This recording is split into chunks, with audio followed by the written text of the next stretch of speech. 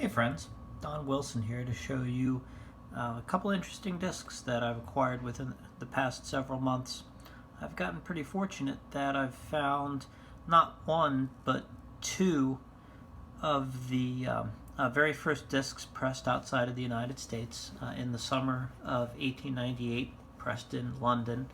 Not only are these both equally early discs, but they're just a couple numbers apart from each other, and in fact they're dated just about a week apart from each other. It's even Will E. Bates on a cornet solo.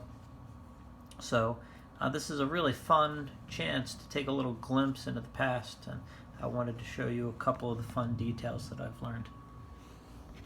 So here I'm going to pick up one of them, and so the first thing that with both of them you'll notice, these very early discs, they do not have the recording angel on them, and it's just E. Berliner Gramophone in a slightly different font. It's a little bit bigger than what we usually see with the recording angel.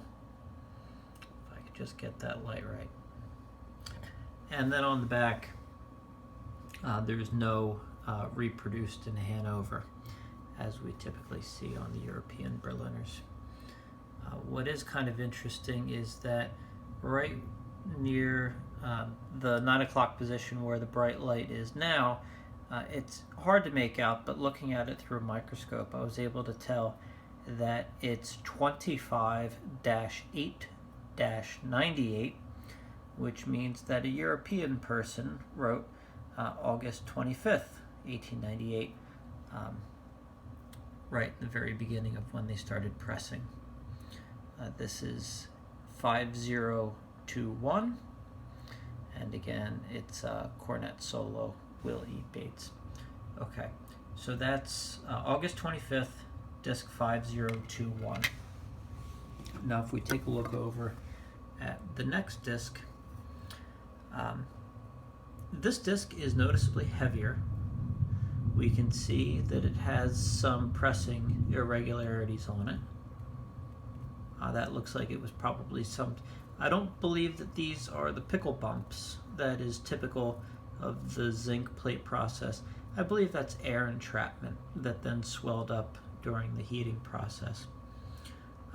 The catalog number is on the other side of this one, and the date is below it. But what's interesting about the date on this one is that it's written in the American format of 9-498.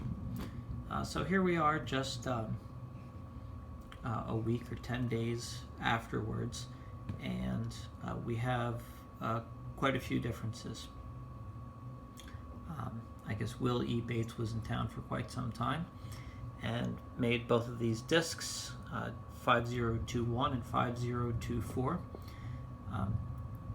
But being a cornet solo, another interesting tidbit is if we look in the right, in the 3 o'clock position on this disc, we can see Y-3. So with this particular one, Y would have been the sound box, and 3 is the horn that was used. So we had a really simple recording rig used on this one. Just, well, I guess there's always only one sound box, but then just the one horn. Whereas if we take a look over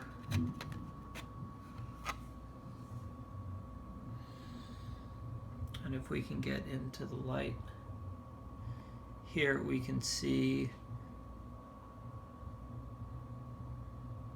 it looks like we still have Y has the sound box, but then we have at least 3 different horns that are attached to this one.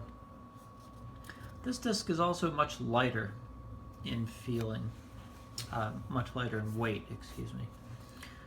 So it's interesting to see all of those different, all those minor differences, the handwriting, the date format, and the recording equipment all being done so separately on discs made just a few days apart.